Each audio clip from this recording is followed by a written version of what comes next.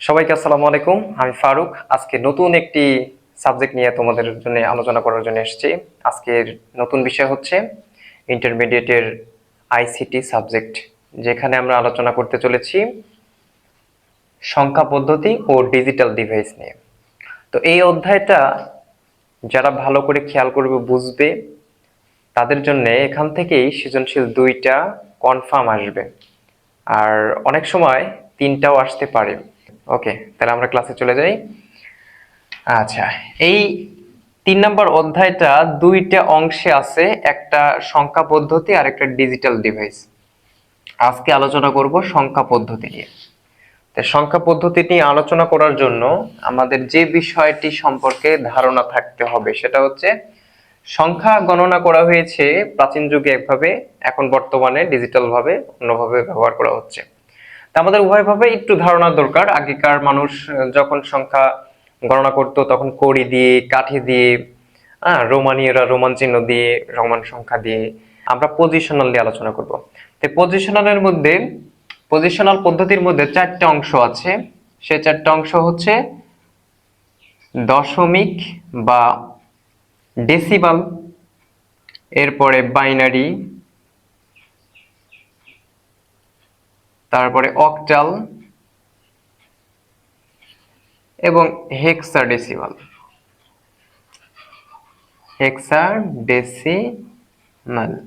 Hexadecimal এই 4টা পদ্ধতিতে পজিশনালের মধ্যে পড়ে। এই 4টা পদ্ধতি আমাদের জানতে হবে। এই 4টা পদ্ধতি থেকে যেভাবে অঙ্ক আসবে আমাদের একটা থেকে আরেকটা পরিণত করতে হবে, রূপান্তরিত করতে হবে। তাহলে আমাদের জানতে হবে এই পদ্ধতিতে কিভাবে সংখ্যাগুলো, পরপর সংখ্যাগুলো সাজাতে হয়। আমরা দশমিকটা জানি, দশমিক সংখ্যা যেভাবে সাজাতে হয়, আমরা যে টাকা পয়সাগুলো গুনি, এগুলোই হচ্ছে আমাদের দশমিক ভাবেই আমরা গুনে থাকি আমাদের। তবে খেয়াল করতে হবে তাহলে একই রকম ভাবে আমরা কিভাবে এই সংখ্যাগুলো আমরা সাজাবো। তাহলে খেয়াল করি এই সংখ্যাগুলো কিভাবে আমরা সাজাতে পারি। প্রথমে এটা দেখি একটু। দশমিকের 10টা বেসিক অঙ্ক 0, 1, 2, 3, 4, 5, 6, 7, 8, 9। এই 10টা 0 থেকে 9 পর্যন্ত 10টা দশমিকের বেজ, মানে মূল প্রতীক, বেজ অঙ্ক, বেসিক অঙ্ক। এই অঙ্ক নিয়ে এই সংখ্যাগুলো তৈরি করা হয়েছে। তাহলে 9 এর পর কত হবে? এটা একক স্থানীয়, একক স্থানীয় 9 তে শেষ। তাহলে দশক স্থানীয় কত হবে? 1, 0, 1, 1। এভাবে সিরিয়াল আবার আসতে থাকবে, 1, 2, 1, 3 এভাবে আসতে থাকবে। এভাবে আমরা সাজাইছি। এক সময় 9, 9 হবে, তারপরেরটা শতকে চলে যাবে। ঠিক একই রকম করে বাইনারি সাজাবো। বাইনারির 2টি বিট, একটা 0 আর একটি 1। তো 0 এবং 1 এই 2টা নিয়ে 2টা বিট, তাই এদের বেজ হচ্ছে 2। তো 1 এ যেহেতু এটা শেষ, তাই 1 এর পরের সংখ্যাটা দশক স্থানীয় অঙ্কে আসবে। 1, 0, 1, 1। তাহলে 2টাই 1 হয়ে গেছে, তাই এবার শতকের স্থানে যাবে 1, 0, 0। অর্থাৎ 1, 1 আসলেই তো শেষ, যেহেতু 0 এবং 1 2টাই অঙ্ক। আচ্ছা, তাহলে 1, 0, এই 0 1 হয়ে যাবে। তারপরে 1 ঠিক থাকবে, 1 এর জায়গায় এবার কত হবে? একক স্থানীয় 1। তাহলে দশক স্থানে এবার 1 হবে, একক স্থান 0 হয়ে যাবে। 1, 1, 0 আছে, 0 এবার 1 হয়ে যাবে। এভাবে আমরা অনেক সাজাতে পারি। 1, 0, 0, 0। এবার 1 ঠিক থাকবে, 0 ঠিক থাকবে, 0 ঠিক থাকবে, 0 ঠিক থাকবে। একক স্থানীয় অঙ্ক চেঞ্জ হবে, 1, 0। এবার দশক স্থানীয় অঙ্ক চেঞ্জ হবে, এটা 1 হয়ে 0 হয়ে যাবে। তারপরে 1, 0 ঠিক থাকবে, 1 ঠিক থাকবে, 0 এর জায়গায় 1 হবে। একক স্থান দশক স্থান 1 হয়ে গেছে, এবার শতকের স্থানে 1 দিব, আর দশক একক 0 হয়ে যাবে। 1, 1, 0। একক স্থান আগে পরিবর্তন করব, তাহলে এইভাবে আমাদের পরিবর্তন করতে হবে। এবার দশক পরিবর্তন করব, 1, 1। এবার একক পরিবর্তন করব। এইভাবে অনেক অঙ্ক সাজানো যাবে, এভাবে অনেক অঙ্ক সাজানো যাবে। তো এই অঙ্ক যেভাবে সাজাচ্ছি, দশমিক যেভাবে সাজালাম, এটাও একই রকম সেম কোয়ালিটিতে সাজাবো। খালি মনে রাখতে হবে এর 2টা বিট। অক্টালের 8টা বিট 0 থেকে 7 পর্যন্ত, মোট 8টা বিট। এই 8টা বিট এদের বেস। আচ্ছা, তাহলে 7 এর পরেই এরা শেষ, একক স্থান শেষ। তাহলে দশক স্থান আবার 1 এর থেকে শুরু হবে, দশক স্থান 1, একক স্থান 0 থেকে শুরু হতে থাকবে। 1, 1, 1, 2, 1, 3, 1, 4 এভাবে যেতে যেতে 1, 7 আসবে। 1, 7 আসলে একক স্থান শেষ, তাহলে এবার একের পরেরটা আসবে, 2 আসবে, 2 0 2 1 2 2, এভাবে সাজাতে সাজাতে 2 7 আসবে, এরপরেরটা কত হবে, 3 0 থেকে আবার শুরু হবে, এভাবে করতে করতে একসময় 7 7 হবে। যেহেতু দুইটা একক স্থান দশক স্থান দুইটাই 7 7 হয়ে গেছে, তাহলে তার শতক স্থান আসবে, তাহলে এবার শতক স্থানে 1 চলে আসবে এবং 0 0 আসবে। একই রকম করে সাজাবো আমরা। হেক্সাডেসিমাল কি, হেক্সাডেসিমালের এখানে খেয়াল করতে হবে ডেসিমালের 10টা, এই 10টা, আর হেক্সার জন্য আলাদা 6টা। কিভাবে দেখি, 0 থেকে 9 পর্যন্ত 10টা, এই হচ্ছে ডেসিমালের 10টা, আর হেক্সাডেসিমালের জন্য 9 এর পর কত হচ্ছে 10, 10 কে আমরা এ ধরবো, কারণ এ না ধরলে সেটা দশমিকে প্রকাশ পাবে। আলাদা বিট প্রকাশ করার জন্য আমরা কি করছি, 10 কে এ ধরছি, 11 কে বি ধরবো, 12 কে সি ধরবো, 13 কে ডি ধরবো, 14 কে ই ধরবো, 15 কে এফ ধরবো। এইভাবে সাজাবো, এরা এফ এ আসে শেষ, তাহলে এফ এ আসে শেষ হলে দশক স্থান কত হবে, 1 0 1 1 1 2, এভাবে যেতে যেতে 1 এফ। একক স্থান কত হলো, সরি 1 এফ হবে, একক স্থান কত হলো এফ, এফ এ যেহেতু শেষ তাহলে দশক স্থান চেঞ্জ হবে, 2 0, এভাবে যেতে যেতে দুইটি এফ হবে। এরপর কি হবে, দুইটি এফ, তাহলে শতকের স্থানে 1 দিয়ে আবার একইভাবে সাজাবো। এই হচ্ছে আমাদের সংখ্যা পদ্ধতি 4 রকমের। এইভাবে এই সংখ্যা পদ্ধতিগুলো প্রত্যেকটা সাজাতে হয়, এই সাজানো আমাদের জানতে হবে, শিখতে হবে। প্রত্যেকটা অঙ্কের পর পরের পর অঙ্কগুলো কত সেটা আমাদের জানতে হবে। আচ্ছা, মোটামুটি আমরা খেয়াল করলাম, একটু চেষ্টা করলাম কিভাবে অঙ্কগুলো সাজাতে হয়। এখন একটা জিনিস খেয়াল করতে হবে যে এই অঙ্কগুলো আমাদের কিভাবে মান বের করতে বলবে। এই বলবে যে দশমিকের 12, তাহলে বাইনারির কত মানের সমান। তাহলে একটা জিনিস খেয়াল করি, এখানে গুণি গণনা করি কত আছে, সিরিয়াল 1 2 3 4 5 6 7 8 9 10 11 12 13, এটা 13 নাম্বারে আছে, তাহলে আরো 13 নাম্বার গুণি, 1 2 3 4 5 6 7 8 9 10 11 12 13, এই যে 13 নাম্বার আছে। তাহলে দশমিকের 12 আর বাইনারির 1100। তাহলে এটা কিভাবে হলো, আমরা সিরিয়াল অনুযায়ী গুনতে পারলাম, কিন্তু যখন আমাদের আরো বড় মান দিবে তাহলে কি আমরা এভাবে আঁকাতে পারবো, লিখতে পারবো, পারবো না। তাহলে আমাদের কিছু সূত্র আছে, সেই সূত্রের মাধ্যমে আমাদের মানগুলা কাজ করতে হবে। আমি আরো সহজ করে একটু যদি বোঝাই, যে ক্লাস 1 এর স্টুডেন্ট 80 পেয়ে 1 রোল করছে, আর ক্লাস 2 এর স্টুডেন্ট 90 পেয়ে 1 রোল করছে। তাহলে দুজনেই 1 রোল করছে, পজিশন কিন্তু এক, কিন্তু তাদের মান কিন্তু আলাদা।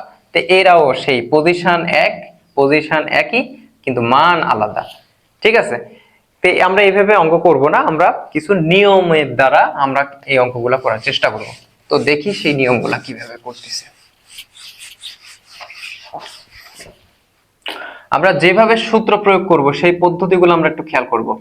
দশমিক থেকে আমাদের পরিবর্তন করতে হবে, দশমিক থেকে আমাদের পরিবর্তন করতে হবে, কিসে পরিবর্তন করব, বাইনারিতে পরিবর্তন করব, বাইনারিতে, তারপরে অক্টালে, অক্টালে, হেক্সাডেসিমালে, হেক্সাডেসিমাল সংক্ষেপে লিখলাম, এই তিনটাতে আমাদের পরিবর্তন করতে বলবে। তাহলে দশমিক থেকে আমরা এদিকে যাব, ঠিক এদের থেকে আবার এদিকে আসতেও একটা সূত্র প্রয়োগ করতে হবে। একই রকম করে আমরা পরিবর্তন অন্যভাবে করব। এবার বাইনারি, বাইনারি থেকে আমরা যাব, কোথায় যাব, দশমিকে যাব, অক্টালে যাব,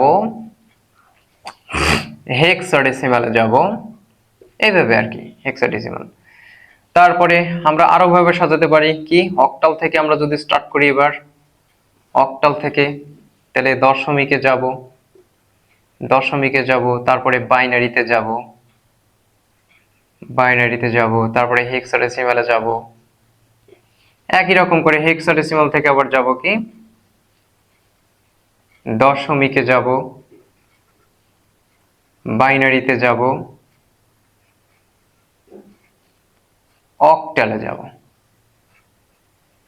তাহলে আমাদের যে কোনো একটা থেকে আমাদের বাকি তিনটাতে যাওয়া শিখতে হবে। তাহলে দশমিক থেকে যখন আমরা যাব, এখানে একটা রুলস আছে, যাওয়ার একটা রুলস আছে, আবার এদিক থেকে আসার আর একটা রুলস আছে এইখানে। ঠিক আছে, বাইনারি থেকে দশমিক আমরা এদিকে গেছি, এই যে এদিকে ফিরে আসছি, ওটা হয়ে গেছে। শুধু বাইনারি থেকে অক্টাল এবং হেক্সাডেসিমাল এদিকে যাওয়া। আবার ঠিক একই রকম করে উল্টা, অক্টাল থেকে বাইনারিতে গেলেই এই যে পাওয়া যাচ্ছে অক্টাল থেকে বাইনারি। শুধু অক্টাল থেকে হেক্সাডেসিমাল কি করে জানতে হয়, এখানে একটা রুলস আছে। ঠিক আছে, তাহলে আমরা এই বিষয়গুলো শিখবো, জানবো। এই যে এখানে একটা রুলস আছে, 3 নাম্বার যদি এটা ধরি, এটা তাহলে 4 নাম্বার রুলস। আর এটা হয়ে যাচ্ছে হেক্সাডেসিমাল, এই যে অক্টাল থেকে হেক্সাডেসিমাল, হেক্সাডেসিমাল থেকে অক্টাল, উল্টা। ঠিক আছে, তো আমরা প্রথমে শিখবো এই প্রথম এই পদ্ধতিটা কি, দশমিক থেকে আমরা যাওয়া শিখবো। তো খেয়াল করি বিষয়টা কেমন। তাহলে বিষয়টা হচ্ছে দশমিক থেকে যাওয়া, দশমিক থেকে যাওয়া। আমরা দশমিক থেকে যাব, কোন দিকে যাব, বাকি তিনটাতে যাব, একই নিয়মে যাব। কিরকম একটা উদাহরণ দিই, এই যেরকম একটা উদাহরণ দেওয়া আছে 25, 75, এটা আছে দশমিকে। দশমিকের সংখ্যা পদ্ধতির দশমিকে আছে, এটা বোঝাতে ব্র্যাকেটের নিচে 10 লেখা হয়, এটা বেস। আচ্ছা, এরপরে আমরা কত করব, আমরা বাইনারিতে প্রকাশ করব। তাই বাইনারিতে প্রকাশ করার জন্য এখানে ব্র্যাকেটের নিচে 2 দিলাম। আচ্ছা, তাহলে এখানে আমাদের প্রমাণ মান বের করতে হবে বাইনারিতে। তো বাইনারিতে আমরা যখন যাব দশমিক থেকে, তখন এখানে খেয়াল করতে হবে দশমিকের ভেতরে কি আছে। দেখছি যে দশমিক আছে, দশমিকের এপারের অংশ হচ্ছে পূর্ণাংশ, দশমিক সহ 75 হচ্ছে ভগ্নাংশের অংশ। তাহলে দুইটা অংশ আছে, তাই দুই ভাবে আমাদের এখানে কাজ করতে হবে। তাহলে পূর্ণাংশের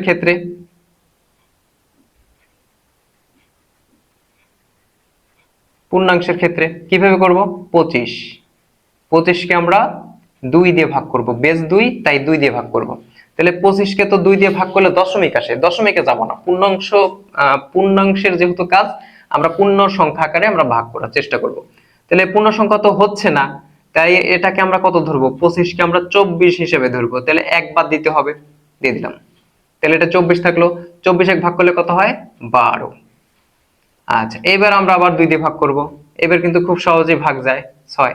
এবার আর কিছু বিয়োগ করা লাগেনি। আচ্ছা, আবার 2 দিয়ে ভাগ করব, কত হবে, 3। এবারও কিছু বিয়োগ করা লাগেনি, তাই 0। আচ্ছা, এবার 3 কে ভাগ করব, 3 তে তো ভাগ যাবে না, দশমিক হবে, তাই আমরা কি করব, 3 এর থেকে 1 মাইনাস করে দেব।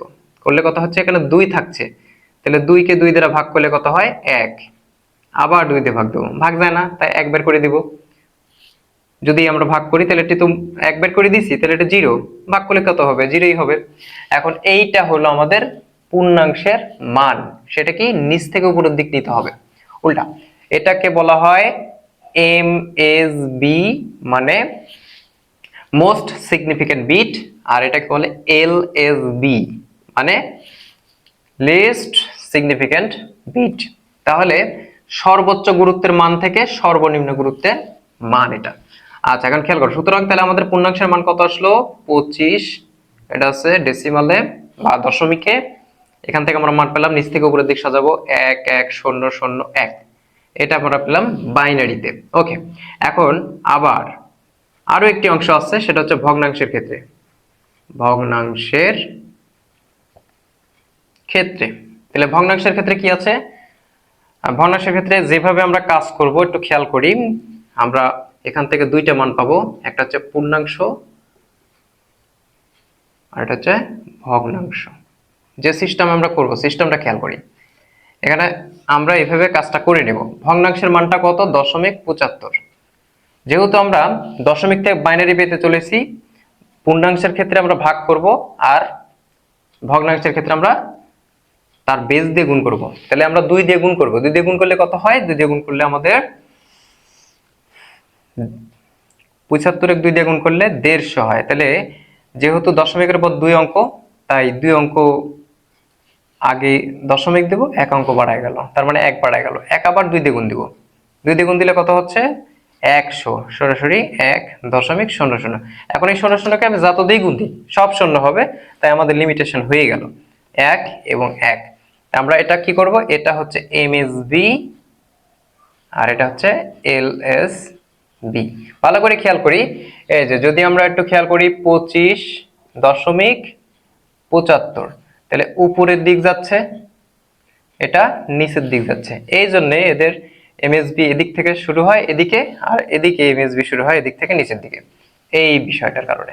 আচ্ছা, তাহলে এখান থেকে আমরা যে মানটা পেলাম, কি পেলাম? আমরা পেলাম হচ্ছে এখানে দশমিকের মান পেলাম 0.75 ডেসিমালে, আর বাইনারি মান পেলাম 0.11।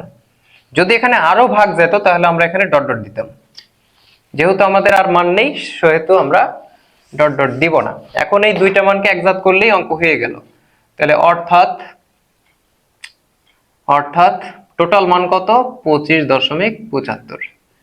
এই হচ্ছে মান, এই মান সমান সমান কত হচ্ছে? এবারেরটা একজাত করব,